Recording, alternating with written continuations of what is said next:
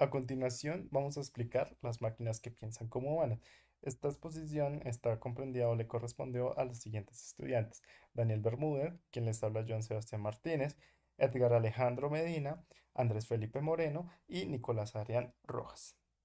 Primero, vamos a ver una pequeña definición. Para esto, pues necesitamos entender que la inteligencia artificial es un proceso que realizan las máquinas en las cuales ellas pueden aprender aprender a aprender a través de un conjunto de datos para poder entregar unas soluciones parecidas o o poder coger un conjunto de datos, aprender un sitio y lanzar unos resultados sin saber cómo se hace o sin poder clasificar. Para esto, para la inteligencia artificial, se es clasificada en cuatro tipos. Esta clasificación sale de Stuart Russell y Peter Norvig en su libro de A Modern Approach en 1995, en el cual la clasifican en cuatro tipos: las máquinas que piensan como humanos, las máquinas que actúan como humanos, las máquinas que piensan racionalmente y las máquinas que actúan racionalmente. Como tal, nos vamos a centrar en las máquinas que piensan como humanos. Las máquinas que piensan como humanos son máquinas que tratan de emular el pensamiento humano, como la toma de decisiones, la resolución de problemas y el aprendizaje en sí misma. Estas máquinas están muy fuertemente inspiradas, o su funcionamiento está muy fuertemente inspirado en la representación o el procedimiento que realiza el cerebro humano, pues para poder ya sea aprender, tomar decisiones o resolver problemas. A continuación, vamos a ver que a través de esta definición de Peter Norberg y Steve Russell, pues surgen conceptos como Machine Learning y Deep Learning, cada uno asociado ya sea a pensar como humano o pensar racionalmente. Para pensar como humano, entonces las máquinas tienen que hacer un proceso de Machine Learning, de aprender, que pues indica un seguimiento de los datos y una forma de poder enseñar cómo se debe aprender. A continuación, vamos a ver unos pequeños hitos históricos de las máquinas que piensan como humanos. Las máquinas que piensan como humanos tienen sus inicios en 1950 a través de test de Turing. El test de Turing fue planteado por Alan Turing, el cual se encargó que a través de una terminal una persona pudiera interactuar ya sea con un computador o con un humano, y esta persona que estaba siendo evaluada no sabía si era un computador. La gracia de este experimento o de este test era poder identificar si el humano es capaz de detectar si está hablando con una máquina. ¿Qué pasa si el humano está hablando con una máquina y realmente no lo identifica? Pues se dice que este sistema es un sistema inteligente, un sistema que actúa como humano y que puede poder imitar las características del humano y adaptarse a una conversación normal hacia este. Bien, pasamos a 1996, en el cual nace la supercomputadora diseñada por IBM, la Deep Blue, que pues en 1996 derrotó a Garry Kasparov, el actual campeón de ajedrez en ese momento, pues que buscaba como tal eh, destruir, y a través de un algoritmo de inteligencia artificial de la familia Minimax, que era un algoritmo de fuerza bruta en el cual estaban registradas las posibles movimientos del rival. Entonces, a través de Minimax, lo que era posible era calcular 200 millones de posiciones por segundo y poder adaptarse y jugar de una manera lenta contra Kasparov sin tener una respuesta tan inmediata. Como tal, un dato curioso es que el programa para entender el ajedrez o los movimientos del ajedrez fue escrito en C. Bien, pasamos a 2011. Nace otro sistema de inteligencia artificial diseñado por IBM que se llama Watson. Entonces, Watson como tal era capaz de responder preguntas formuladas en lenguaje natural. ¿Qué pasó con esto? Pues fue el primer procesador de lenguaje natural. Y lo curioso es que en febrero de 2011 ganó el concurso de Jeopardy, que es un concurso muy famoso en Estados Unidos, en el cual cuando Watson participó contra otras dos personas y pues Watson ganó. Y lo que se buscó, bueno, los fallos que se presentaron en esa misión fueron con unas preguntas pues, un poco objetivas o muy poco racionales, pues que la máquina no puede entender, pero eran preguntas muy cortas, muy pequeñas. Y como tal, el objetivo de Watson pues a través de su algoritmo que se basaba en un almacén o en una base de datos de preguntas o de temáticas que se podían relacionar o que estaban alimentadas a través de bibliotecas digitales, que buscaba relacionar las palabras claves en la pregunta, pues para poder identificar una relación y de esa relación poder buscar en las bibliotecas o en su base de datos, emitir, o sea, generar como tal una hipótesis de respuesta, calificar esas hipótesis y la que tuviera mejor calificación pues era la respuesta final. Y pues lo que buscaban permitir o lo que buscaban los ingenieros de IBM era como tal permitir que las computadoras comiencen a interactuar de forma natural con humanos, pues a través de una amplia gama de aplicaciones y procesos, pues ya sea y que buscan comprender la pregunta de los seres humanos dando respuesta a los seres humanos y en esa respuesta buscar que los seres humanos la puedan comprender y la puedan justificar. Bien, pasamos a 2012 con Google, en la cual generan una red neuronal informática compuesta por 1000 ordenadores con 16 procesadores cada uno, en la cual se busca clasificar 10 millones de imágenes extraídas de YouTube y clasificarla en diferentes grupos. ¿Cuál era la idea de Google? No era explicarle como tal qué era, sino poder que la máquina por su cuenta pudiera detectar o identificar pequeños subgrupos y los hiciera todo por su cuenta. Entonces, esta red neuronal logró identificar gatos, caras sonrientes, modelos de carros y etcétera. Bien, por último, tenemos el dato histórico, pues la problemática, uno de los acontecimientos más inhóspitos en la inteligencia artificial, que es los dos chatbots de Facebook, en el cual pues los ingenieros de Facebook buscaron colocar a dos chatbots, los pusieron a hablar entre sí y estos en principio iba bien y estaban hablando normalmente como un chatbot y cuando empezaron a aprender el uno del otro, pues se dieron cuenta que la mejor forma de comunicarse entre ellos era a través era cambiando su lenguaje, o sea, era creando un nuevo lenguaje, un lenguaje que era poco comprendido por humanos y pues empezaron. Esto pues obviamente alarmó a los ingenieros de Facebook y pues desconectaron el proyecto. Bueno, en cuanto a componentes de las redes neuronales, sabemos que estas están compuestas por neuronas, capas, una red y un sistema neuronal. Entonces, como características de la neurona, vemos cierta similitud o se trata de asemejar a cómo funciona una neurona real. Dicha neurona, pues la real estaría compuesta por dendritas, el cuerpo celular, un axón y pues otras dendritas. Entonces, básicamente, pues la analogía o cómo se busca trae, o sea, hacer la comparación, nosotros encontramos que la neurona artificial, contaría con unas entradas, las cuales serían unos featurings y donde cada featuring tendría un peso.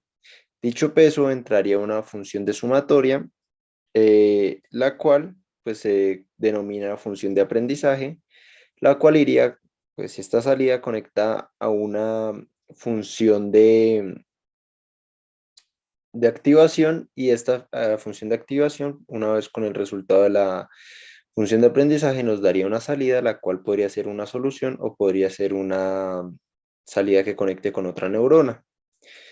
En el caso del perceptrón, nosotros no contamos con el bias, sino contamos simplemente con la sumatoria y con una función de activación.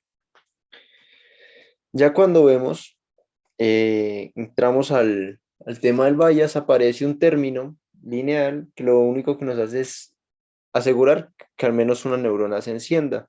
Dicho valor es también se suele nombrar como sesgo.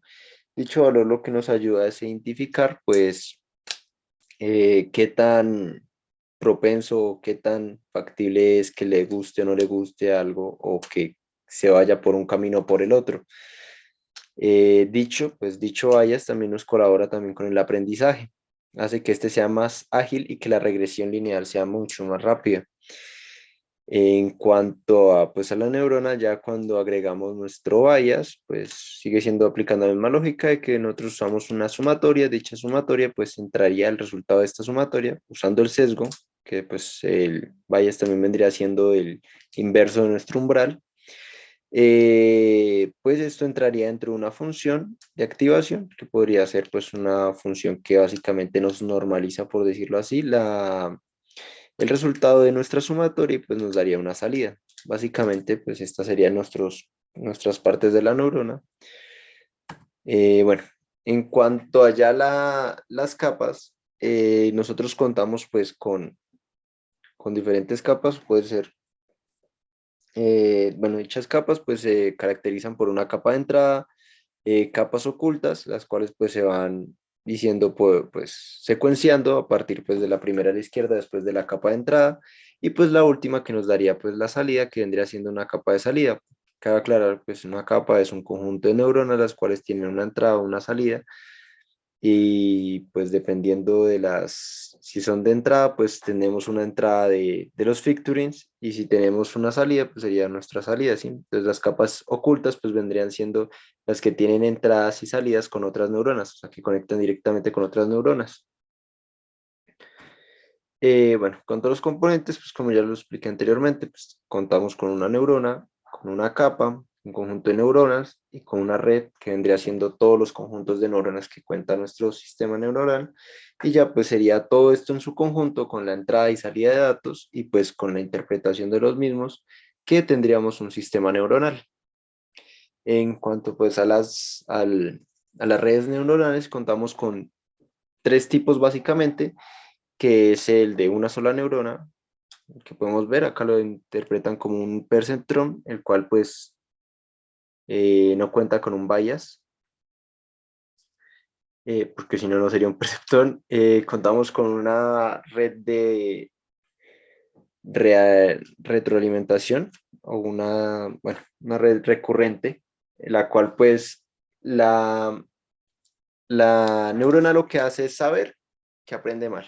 O sea, la red neuronal en sí sabe que está aprendiendo mal, entonces lo que hace es feedback y lo que hace es pues intentar compensar estos errores y pues calibrar los diferentes pesos y las diferentes salidas para que pues el aprendizaje sea mejor. Esto no pues quiere decir que simplemente sea cíclica. Y después encontramos pues las neuronas simétricas, que básicamente es que nuestros pesos de las diferentes capas son iguales, son similares. Lo que más se suele usar son las redes neuronales recurrentes y pues esta sería la parte de componentes. En cuanto a las características de las máquinas que piensan como humanos, tenemos que pues son una categoría dentro de la inteligencia artificial, la cual pues es el arte de crear máquinas que estén en capacidad de realizar funciones que si fuesen realizadas por personas requerirían de cierta inteligencia. Es decir, que puedan pensar, evaluar, actuar y tomar decisiones respecto a ciertos principios. Las máquinas que piensan como humanos también tienen la característica de que pueden recopilar y analizar datos, establecer patrones, aprender automáticamente y pues en general las máquinas o sistemas que piensan como humanos son aquellos que implementan las redes neuronales artificiales. Entonces digamos que un pensamiento que es válido sería que si piensan como humanos, podrían llegar a desarrollar sentimientos, desarrollar una conciencia y por lo tanto evolucionar, como fue el caso de los bots de Facebook, que se creó pues en el Instituto de Investigación de Inteligencia Artificial de Facebook, pues los cuales estaban programados con redes neuronales artificiales y se quería que pudiesen llegar a tomar decisiones o incluso a concluir negociaciones con acuerdos comunes con personas reales. Y pues estas máquinas empezaron con el idioma inglés a comunicarse y pues poco a poco fueron abreviando algunos términos, algunas palabras y terminaron creando un lenguaje que pues solamente las dos máquinas entendían. Digamos que esto podría estar dentro de la parte de evolución. Un ejemplo que me parece interesante mencionar es el de dos herramientas que son inteligencias artificiales y trabajan juntas. Por un lado tenemos a VQGAN y a Clip, las cuales pues son herramientas que la primera, VQGAN, se encarga de comprimir y descomprimir imágenes de una manera eficiente en base a ciertos patrones. Y por el otro lado tenemos a Clip, el cual pues es el encargado de enlazar esa primera inteligencia artificial con algunos parámetros de entrada que pues se pueden indicar como texto. Entonces la inteligencia artificial toma los dos modelos que se tienen y crea imágenes a partir de esos parámetros que se están ingresando. Entonces acá en la imagen observamos como input se tienen algunos textos separados por una barra vertical y pues algunos otros parámetros que se quiere que tenga la imagen. La inteligencia artificial pues se une, funciona y nos da una salida pues otorgando una imagen. En cuanto a la primera de las inteligencias artificiales que observamos, la VQGAN, tenemos que pues GAN es el acrónimo de las redes adversarias generativas, las cuales pues son un marco de aprendizaje automático en la que interactúan dos redes neuronales. Estas dos redes como tal compiten. La primera es la llamada pues red generativa y la segunda es la red discriminativa. La primera se encarga de generar los candidatos. En este caso, en el ejemplo que voy a dar, pues se encarga de generar las imágenes a partir de los parámetros, mientras que la red discriminativa se encarga de tomar a cada candidato que otorga la red generativa, lo evalúa con el fin de elegir esas imágenes que puedan ser o puedan parecer más auténticas para nosotros los humanos y pues que tengan características más reales. Las imágenes pues, que generan estas inteligencias artificiales son fáciles de identificar para nosotros y pues de hecho sería muy complicado que una persona sin saber previamente de que las imágenes fueron creadas por un computador, pues adivine que esto fue así. Lo común es que pues crean que una persona las realizó. Por lo tanto, pues un sistema que puede crear obras de arte a partir de palabras es un sistema que imita el pensamiento humano. La herramienta como tal la podemos encontrar fácilmente en Google Colab, que está pues con el nombre de QGAN, las clip. Pues desde acá mismo la podemos ejecutar, es libre, es open source. Entonces acá tenemos primero que correr cada una de los componentes de la aplicación. Tenemos pues la licencia bajo el MIT, esta parte que se encarga de verificar la GPU pues, del servidor en el que se encuentra en la nube. Acá tenemos también la parte de la instalación de las librerías. Acá seleccionamos el modelo. Normalmente pues uno ejecuta el que viene por defecto, el cual es ImageNet 1630384 y carga las librerías y las definiciones al programa. Acá es lo interesante, acá es la sección de parámetros. Entonces acá escogemos las palabras de las que queremos que la inteligencia artificial genere la imagen. Pueden ser una o varias palabras, se pueden separar por una barra vertical. Establecemos también el ancho y el alto de la imagen. Podemos inclusive insertar una imagen inicial a partir de la cual se vayan desplegando el resto de imágenes que la inteligencia artificial cree y las iteraciones máximas. Entonces, acá tenemos un ejemplo que ya ejecutó, que ya voy a mostrar más adelante. Acá tenemos otro ejemplo del cual pues los textos fueron su, alien y plan. Pues es recomendable colocar estos textos en inglés, ya que la inteligencia artificial pues reconoce de una mejor manera las palabras. También establecemos el ancho y el alto y 900 iteraciones máximas. Entonces acá empieza como tal la inteligencia artificial a tomar la primera iteración, la iteración 0, y empieza a aumentar de a 50 y a generar como tal la imagen. Acá vemos el avance de todas las imágenes y cómo va creando pues un cuadro o una pintura a partir de esos parámetros que le especificamos. Hasta que al final pues nos otorga una imagen más nítida y con más detalle de lo que le solicitamos. Entonces, como tal, uno de los primeros ejemplos que tomé fue con la palabra universidad, la palabra frío y Boyacá. Como tal, pues acá vemos en el video cómo se va generando la imagen a partir de los parámetros y cómo la inteligencia artificial va formando cada uno de los aspectos que observamos hasta que finalmente pues nos da una imagen bastante nítida de algo que puede llegar a ser una universidad. Vemos que predominan también los colores fríos y observamos algunas de las montañas y de la arquitectura representativa de Boyacá. Acá vemos otro ejemplo, la palabra futuro, inteligencia artificial y tecnología, y pues la imagen que nos generó finalmente la inteligencia artificial y pues todo el proceso lo vemos en este video hasta que ya por fin logra generar la imagen final.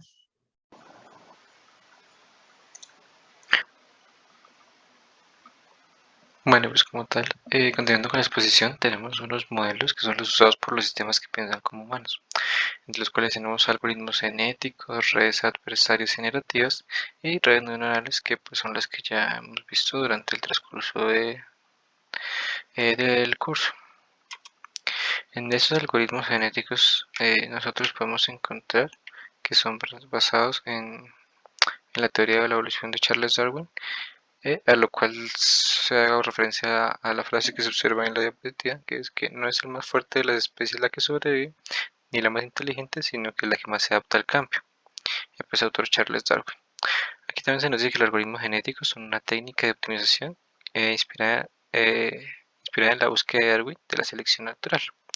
Eh, Esto también tiene la capacidad de resolver preguntas que no pueden ser resueltas con otras técnicas, como las redes neuronales artificiales. Y estos algoritmos genéticos son algoritmos basados en búsquedas de conceptos biológicos de selección natural y genética.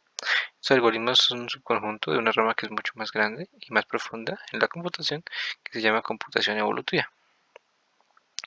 Bueno, como tal, en estos algoritmos genéticos lo que se tiene es una reserva o una población de posibles soluciones a un problema dado. Estas soluciones lo que se hace con estas soluciones es someterlas a algunas operaciones genéticas, produciendo nuevos hijos y el proceso se repite n veces a lo largo de las generaciones.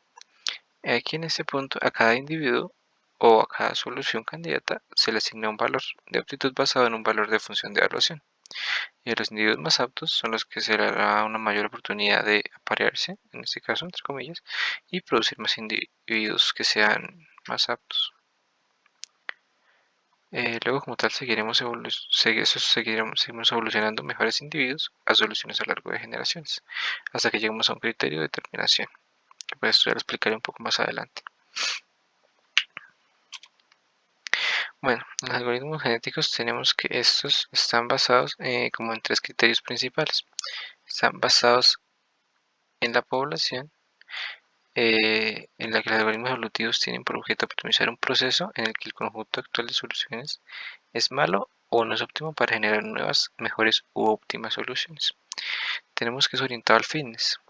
Ese fitness es un temita que explicaré un poquito más a fondo más adelante.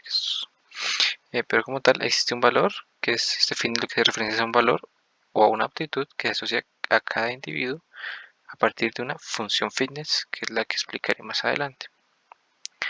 Y la función de la variación, en la que si no hay una solución que sea aceptable en la población actual, de acuerdo con esta función fitness, lo que se hace es hacer una adaptación para generar nuevas y mejores soluciones.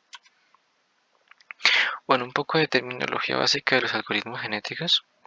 Encontramos como tal pues se puede decir que cuatro definiciones o cuatro términos principales, que son población, cromosoma, gen y alelo, que pues todos estos son términos muy manejados en biología, ¿no? Como tal, la población es un subconjunto de todas las posibles soluciones codificadas para un problema dado. Esto simplemente es el conjunto de individuos y cada individuo es una solución al problema que queremos resolver. Aquí observamos que lo que está resaltado en este cuadrito, esto hace referencia a un individuo o a una solución. Este sería un conjunto de soluciones. Ya como tal tenemos luego el cromosoma, el cual es una de esas soluciones al problema en cuestión. Tenemos el gen, que en este caso pues observamos que el gen en este caso es cada uno de los casillitas del cromosoma. En este caso obtenemos este gen que es el gen 0, que es la posición de un elemento de un cromosoma, en el cual los individuos de una población se caracterizarán por un conjunto de parámetros, variables y demás datos denominados genes. Y por último tenemos un alelo, que es como lo que contiene la casilla, que en este caso pues es un 0, que es el valor que toma un gen para un cromosoma en particular. Bueno, aquí observamos pues como un proceso básico en el algoritmo genético, que es la inicialización de la población, el cálculo de la función fitness, que era lo que simplemente quiero explicar mejor en ese punto, la selección, el cruce, la mutación, una decisión de un criterio para si es verdadero o falso. Si es falso, pues se debe volver a la función fitness. Si es verdadero, no se alcanza a notar en la imagen, pero pues hay un punto de terminación. Y en esas terminaciones hay como aproximadamente 4 o 5 terminaciones diferentes que las explicaré un poquito más adelante. Bueno, entonces tenemos una inicialización de la población. Lo que se hace aquí es un conjunto de individuos, que se obtiene un conjunto de individuos en el que cada individuo es una solución al problema que deseamos resolver. Este individuo se caracterizará por un conjunto de parámetros que se va a conocer como genes, que es lo que veíamos anteriormente, que los genes forman una cromosoma y toda la teoría anteriormente. Como tal, en un algoritmo genético, el conjunto de genes de un individuo se representa mediante una cadena, en términos de un alfabeto. Normalmente se utilizan valores binarios, cadena de 1 y 0, cosa que podríamos ver en la diapositiva en esta. Observamos que esto se representa con unos y ceros, y que estos son los que se codifican, estos genes son los que se codifican en el cromosoma. Luego tendríamos el cálculo de la función fitness, que en ese paso lo que se hace es que el algoritmo debe ser capaz de determinar qué es lo que hace que una solución sea más adecuada que otra. Eso se determina por esta función fitness o de aptitud.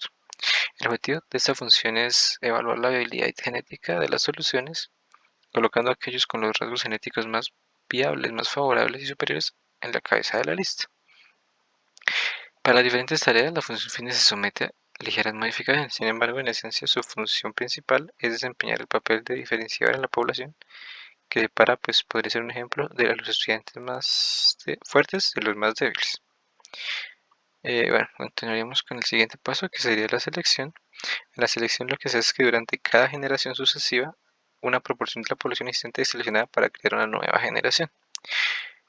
En estas soluciones individuales se seleccionan a través de un proceso basado en la función fitness, que es el paso anterior, en el que las soluciones más adecuadas suelen ser las que más se seleccionan, pues por obvias razones. Otros métodos que clasifican solo una muestra de la población, ya que ese proceso puede llevar mucho tiempo. La mayoría de las funciones son estocásticas y están diseñadas para que se seleccione una pequeña proporción de soluciones menos adecuadas. Esto ayuda a mantener un poco la diversidad de la población a un nivel elevado, lo que impide la convergencia prematura de soluciones deficientes. Algunos de los métodos de selección más populares, que son los que más estudiados están, son la selección de la rueda de la ruleta y la selección de torneos. Bueno, la siguiente es el cruce, que en este lo que se hace es que en el paso anterior, es como en la selección hemos seleccionado pues, como tal a cromosomas padres que producirán descendientes. Así que en términos pues, de la biología, lo que vemos es no haremos más que la reproducción, que es el cruce. El tipo más común es el cruce de punto único. En el cruce de un solo punto se elige un lugar en el que se intercambien los alelos restantes de un progenitor al otro, pero esto es demasiado complejo y se entiende pues mejor de una forma un poco más visual. De las últimas procesos que se dan es la mutación, en el cual después de la selección y el cruce se tiene una nueva población llena de individuos, los cuales algunos se copian directamente de otros producidos para el cruce. Para asegurar que los individuos no son todos exactamente iguales, se permite una pequeña posibilidad de mutación. La mutación, la verdad, pues es bastante simple, solo se tiene que cambiar los alelos seleccionados en la función de lo que se considera necesario y se sigue adelante. Sin embargo, la mutación es vital para asegurar la diversidad genética de la población. Pues como tal, en la terminación, que es la parte que nos alcanza a ver en este gráfico, es como tal es el proceso en el que se repite hasta que se alcanza una condición de terminación. Mejor dicho, todo este ciclo se repite y se repite hasta que este criterio para sea verdadero y se termine.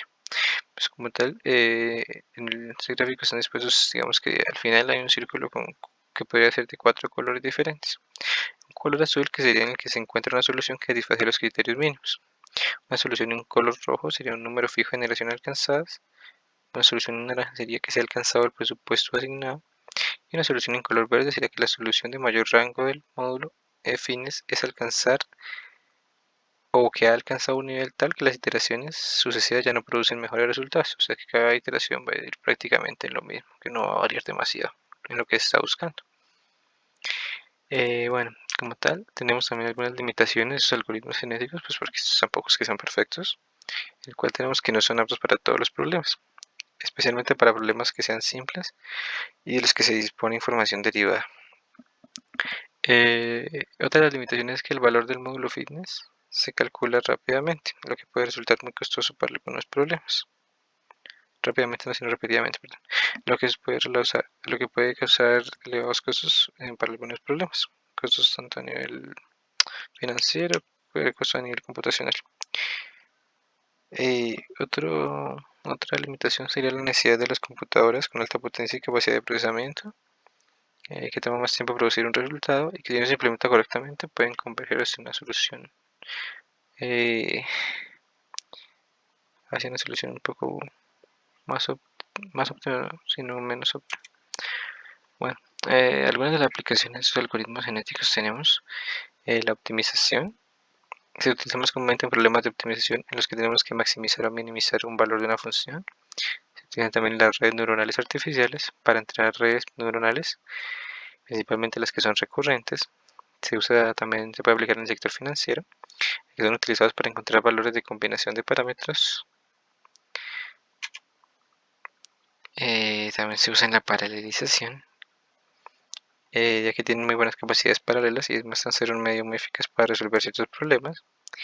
En el procesamiento de imágenes, en el cual es utilizado para varias aplicaciones de procesamiento de imágenes digitales como la correspondencia de píxeles densos.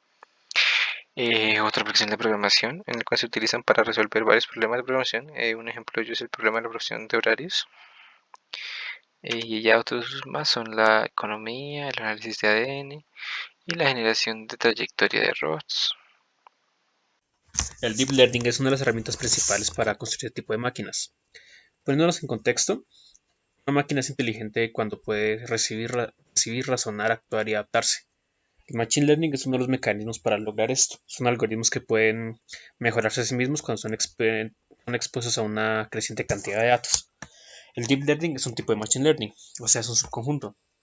Esto está formado por redes neuronales con un gran número de capas. Se llama redes neuronales profundas precisamente por eso. Tiene una gran profundidad en sus capas. Aquí podemos ver cómo suelen verse. Y tenemos un pequeño ejemplo de cómo aprenden estas. Estas son capaces de tomar información y deducir por ellos mismos. O sea, no tenemos que enseñarle a una red neural profunda cómo se ve una cara humana. Simplemente le damos mucha información de eso y ella misma lo va a deducir. Cada capa se encarga de procesar la información de una manera distinta, de menor a mayor complejidad. La primera capa, por ejemplo, tendría los elementos más básicos, cosas como partes oscuras y claras. Una siguiente capa empezaría a formar las caras solamente utilizando líneas rectas. El siguiente nivel ya empezaría a utilizar más curvas, polígonos, círculos. Ya en capas mucho más adelante se empezaría ya a manejar lo que son las texturas. Cada capa va añadiendo cada vez más y más complejidad hasta que se llega a las últimas capas en las que el modelo pues, es capaz de reconocer y básicamente hacer la función para la que fue creado. Aquí vemos las funciones de activación, que estas son especiales, son no lineales, son diferentes a las funciones que hemos visto como la función de umbral, que era binaria. Esa función no es suficiente. Aquí, como manejamos una mayor complejidad, necesitamos que a las funciones del modelo se le añadan componentes de no linealidad. Y eso es todo. Muchas gracias por su atención.